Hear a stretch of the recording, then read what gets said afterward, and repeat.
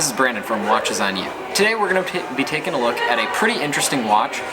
This is the Blancpain Grande Aqua, and it's actually our first Blancpain we've ever reviewed on the channel, so this should be pretty interesting. Let's drop down to the inspection pad and take a closer look at this piece. Alright, so let's take a closer look at the Blancpain Grande Aqua, and this is part of their Le Mans collection.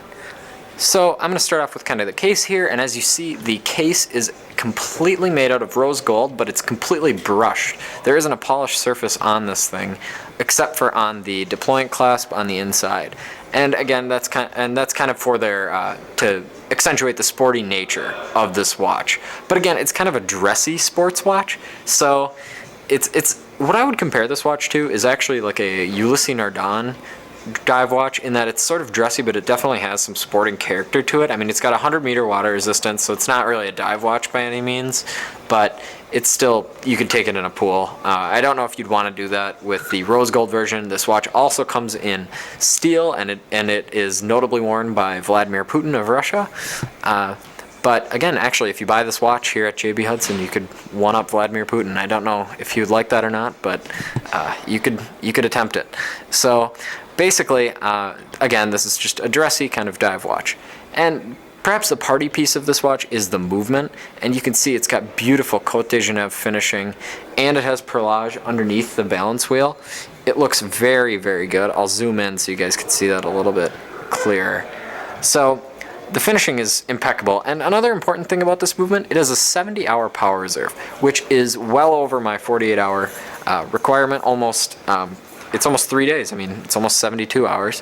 So I think that's a very, very cool thing that they decided to put into this. Also, before I forget to mention, the case is 40 millimeters, which is the ideal sports watch diameter, in my opinion. So I think you could pull this off, again, as a dress watch or a sports watch, because that size is not too large to not be worn with a suit, and again, it's got the rose gold, which makes it a pretty classy choice. Now, one thing I forgot to mention is actually the name, the origin of the name of this watch. So Blancpain has had a long association with Aqualung, which was a brand of divers equipment. It was started by Jacques Cousteau, who developed the Aqualung regulator, and that brand kind of has a relationship with Blancpain in that a lot of the 50 Fathoms watches were actually had Aqualung on the name or were sold by them. So I think that's kind of a cool little history thing. One thing I really like about this watch is the little red pip on the end of the seconds hand. I think that's really cool, and especially with the rose gold, it just pops. I mean, it looks fantastic. So now moving on to kind of the strap. So on the inside it has leather, which makes it very comfortable, but then on the outside it's got this canvas, very similar to a 50 Fathoms. One thing I don't necessarily like about the strap is the clasp. It's kind of, I left it open because when I do a wrist shot here, I mean, it's kind of a pain to undo.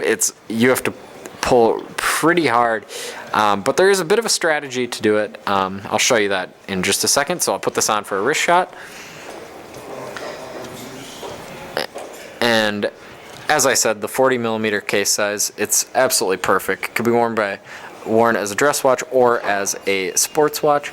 Again, I think it looks really, really good on the wrist. So now I'm going to put the strap on, which is pretty difficult, but what you want to do is you want to put your thumb, and this is the same pretty much for all deployant clasps, but especially this one.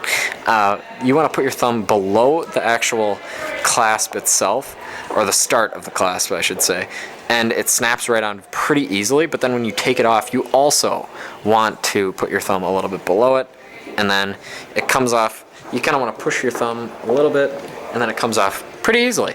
So it's kind of something you'd want to get used to.